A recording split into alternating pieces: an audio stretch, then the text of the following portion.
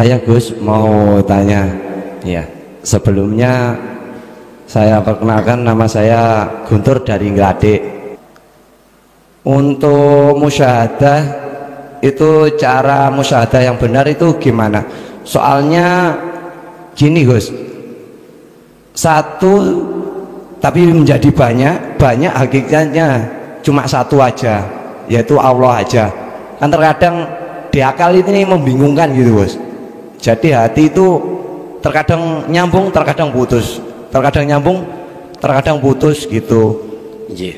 Terus yang untuk perjalanan suluk, kenapa kok banyak rintangan di rohani itu sering bertentangan sendiri gitu Gus, berperang sendiri dengan keakuan diri kita ini yang ada ini. Ya terkadang sadar diri kalau kita itu memang nggak punya hak, intinya kita nggak punya wujud selain wujudnya Allah, tapi terkadang itu nafsu menentang. Jadi kayak perang-perang sendiri itu, berbicara sendiri, dijawab sendiri. Terkadang kayak empat orang, terkadang 5 orang. Jadi kita bingung di hati itu. Biarpun kita melakukan yang Gus ijazahkan zikir sirur rasul, ya terkadang hilang, tapi terkadang muncul lagi. Jadi setiap hari itu berperang dengan keakuan diri, nggak pernah lepas gitu Gus.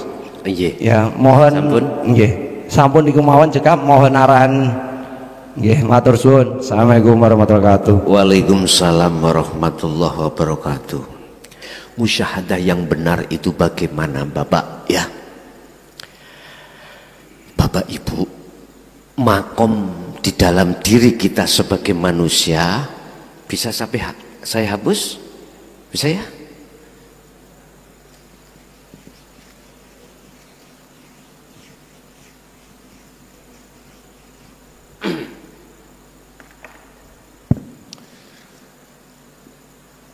Muhadharah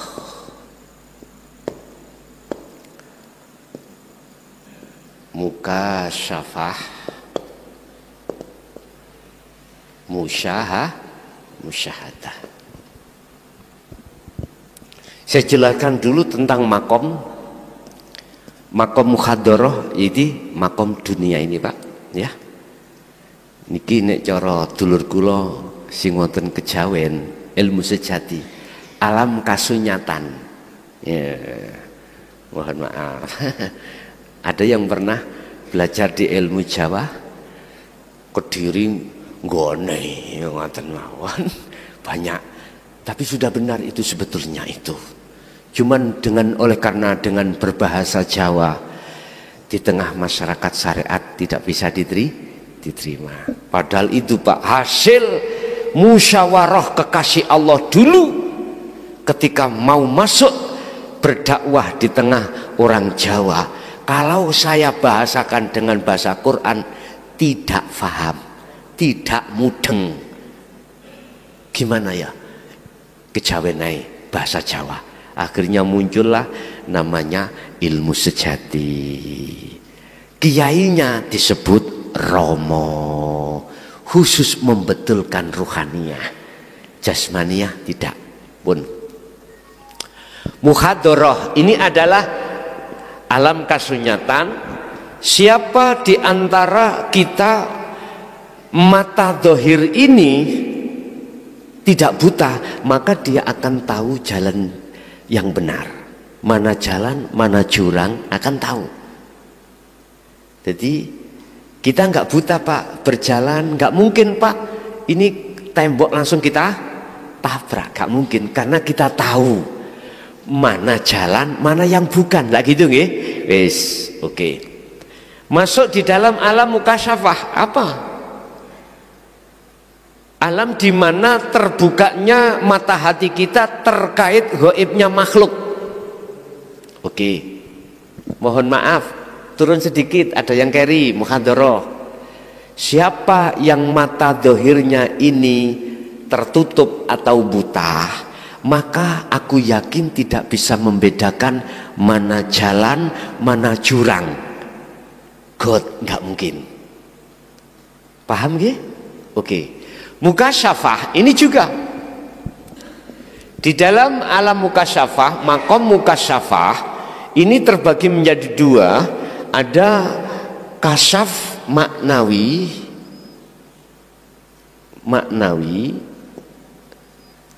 ada kasyaf suwari. Sebetulnya tidak jauh berbeda dengan alam kasunyatan itu, Pak. Cuman cara mandangnya mata hati itu yang beda. Di sini ada kasaf maknawi. Apa kasaf maknawi? Kasaf di mana ruhaniyah sampean tidak melihat nurullah yang berupa cahaya, yang berupa makhluk, pokoknya makhluk semuanya. Di dalamnya ada beberapa makhluk. Alam gaib, Pak, niki nggih. Malakut alamnya di situ berarti para malaikat. Malaikat ini makhluk bukan? Makhluk. Di dalam diri malaikat ada hidup enggak? Ada. Mereka yang basirohnya itu sudah buka, dia tidak akan melihat makhluknya yang berupa malak, tapi melihat hidupnya yaitu Allah subhanahu wa ta'ala yang berperan. Contoh, malaikat Israel kita kenal sebagai pencabut nyawa. Oke, tanpa Allah bisa? Enggak bisa. Mereka yang ruhaniyahnya, basirohnya sudah buka terkait terhadap Allah, dia pasti akan melihat hidupnya, melihat Allahnya yang berperan. Bukan makhluknya yang disebut Israel. Iki maknawi. Lah sing yang suwari bagaimana? Kebalikannya. Basiroh kita melihat terhadap makhluknya, Pak. Baik di dalam alam malakut, jabarut, lahut. Di dalam alam itu ada alamnya begebluk, Pak, ya. Ada alamnya lahut, alam kekasih-kekasih Allah. Ada surga, ada neraka, alam barzah, dan lain sebagainya. Anda itu bisa jadi ketika Solo itu dihampir ke Allah teng mriku. Kita kalau masih masuk di dalam suwari, tandanya ruhaniyah kita tidak bisa melihat Allah. Sama dengan kita di mukhadharah melihat makhluknya air. Sama sebetulnya, cuman matanya yang berbeda untuk melihat. Basiroh kita melihat cahayanya. Kadang-kadang kita yang Solo, Pak, bertemu cahaya merah, hijau, biru, kuning, macam-macam. Apa itu? Lah gitu ya. Pelaku-pelaku saudara kita di Thariqah dengan zikir sir itu cenderung kita dihadapkan Allah dunia mukasyafah. Tempatnya karomah, tempatnya kesakten, tempatnya kejadukan. Nah, di situ penuh, Pak. Kalau kita hanya ingin umpama pingin kaya, nggak usah ke musyahadah, cukup ke muka syafah. Gak perlu ngilmu hakikat ini, nggak perlu.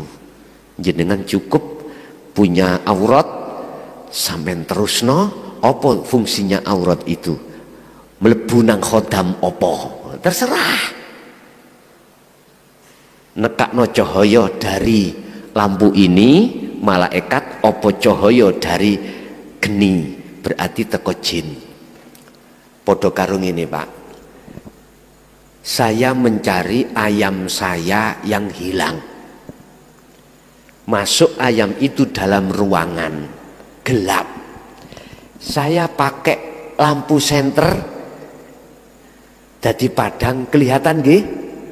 Oke, kita bawa oncor ini. Api munculkan cahaya juga kelihatan. Artinya kita mencari sesuatu yang lembut, bisa berunsur khodam malak, bisa berunsur dari kita jin. Saged podo-podo metu cahayane.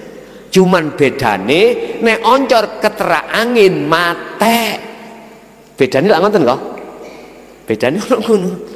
Lah nek sentolop senter keterak angin ya mboten mboten mati, cuma nek mati iku kentekan baterai.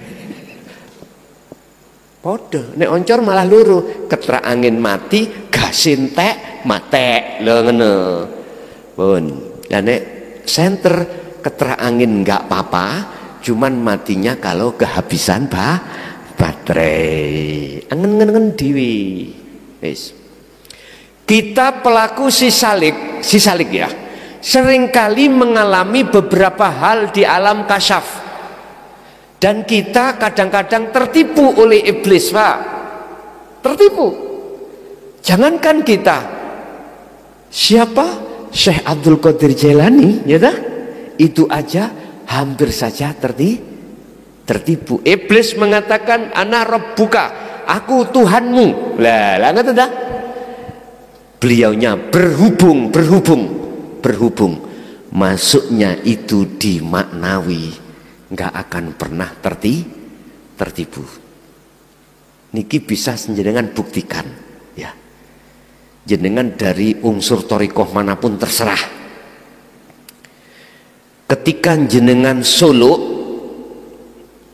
kok membawa dinul haq, dzikir sirul asrar.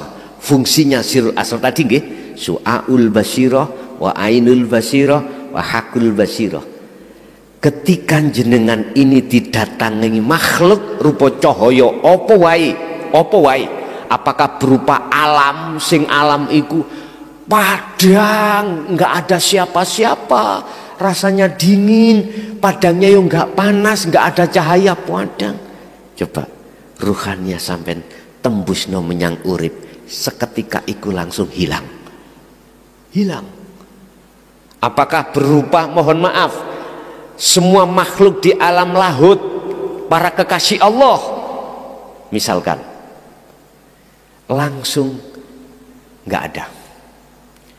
Ketika detik-detik Anda tidak ada, semua yang ditampilkan itu awal kita masuk di musyahadah, berarti ruhaniyah itu sudah lebur.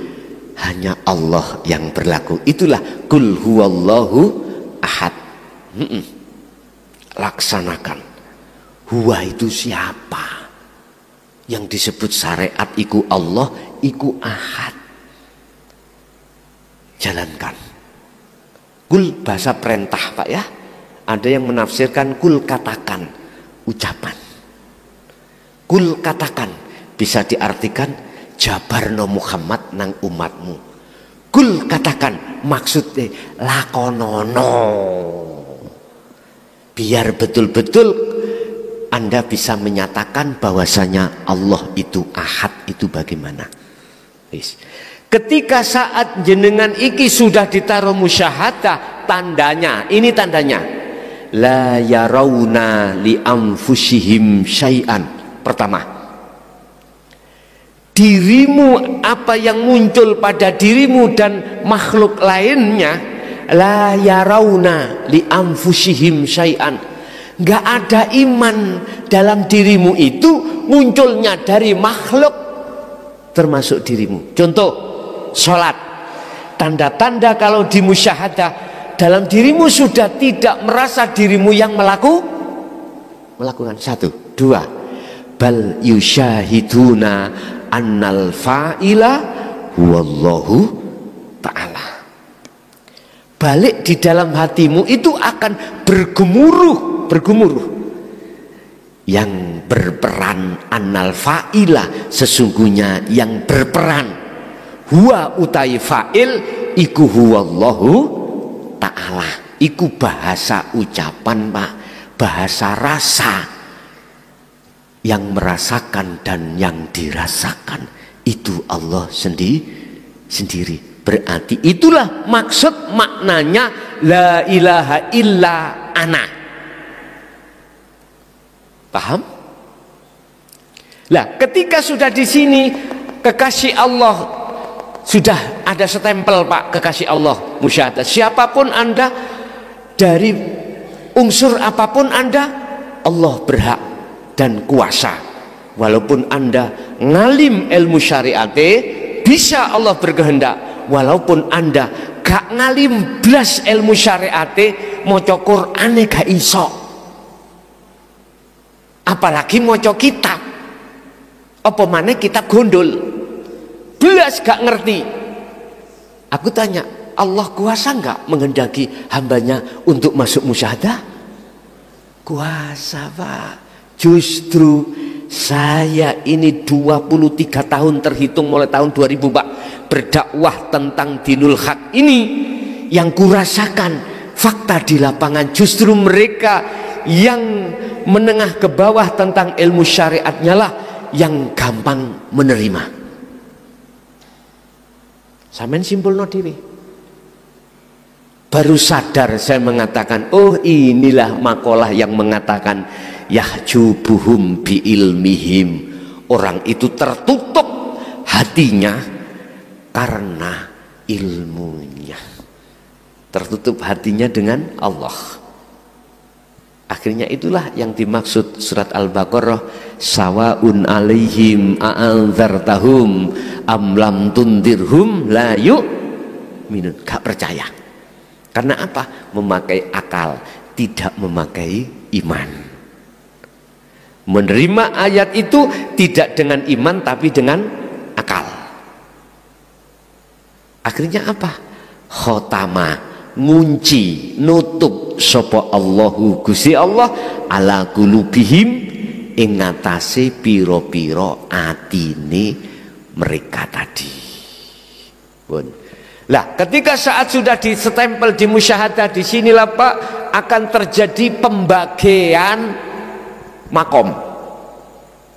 Pertama, musyahadatul fana. Kedua, musyahadatul kamil.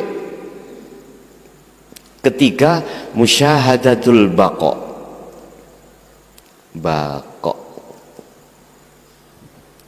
Fana dan kamil masuk di makom mahfud. Mahfud fa. Baqa masuk dalam makom maksum. Cirinya bagaimana? Makanya pertanyaan jenengan wau ketika suluk, mengapa kadang lalai, kadang tidak? Mengapa? Kita sudah iman, yakin semuanya Allah, tapi ketika kejadian itu hati lalai pada Allah. Mengapa di situ? Inilah Allah memproses kita dari fana ke kamil makom. Apa fana itu?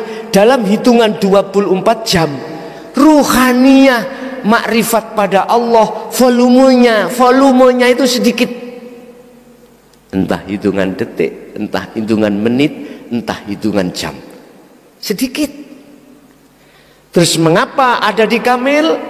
Itu kebalikannya. 24 jam lebih dominan volumenya makrifat pada Allah daripada lalainya. Yang baqa maksum ini 24 jam dia sudah masuk di dalam fi sholatihim daimun. Pertanyaannya, alasan apa dari fana dan menuju kamil, kamil menuju baqa? Apa faktornya? Nah gitu toh. Secara keilmuan, karena seringnya ruhaniyah jenengan ini berzikir. Paham? Tapi Allah jawab, tidak dari faktor zikirmu, tetapi karena rahmatku. Artinya Bapak, ketika jenengan iku berzikir, ben supaya gak ngakoni kalau kita yang berzikir. Ada rasa, ada iman yang memperjalankan dirimu untuk berzikir. Jikalau tidak ada yang memperjalankan, kau tidak akan bisa berjalan. Ruh, ingatlah, kau berjalan itu untuk menuju dan bertemu aku dengan syarat dua, fal yakmal amalan solihan dan wala yusyrik bi ibadati rabbi ahada. Itu karena kehendakku, karena aku yang memperjalankan. Artinya si salik, supaya lekas melepas keaguane dirinya yang melakukan. Jadi ketika suluk, mengapa sering kita ingkar, sering lupa? Karena kita masih ada di fana, atau kita masih ada di kamil. Inilah sepandai-pandai tupai melompat, suatu saat akan jatuh juga. Kita akan jatuh. Pertanyaannya, apakah salah keingkaran sampai kali kula di sini? Kadang ingat, kadang tidak. Tidak salah. Itulah maksudnya Allah memproses ruhaniyah kita supaya bisa kebakok. Kalau kebakok sudah nggak bisa dihukumi. Tidak ada satu detik pun ruhaniyah ini, baik tidurnya maupun terjaganya, dia tetap berzikir pada Allah. Begitu.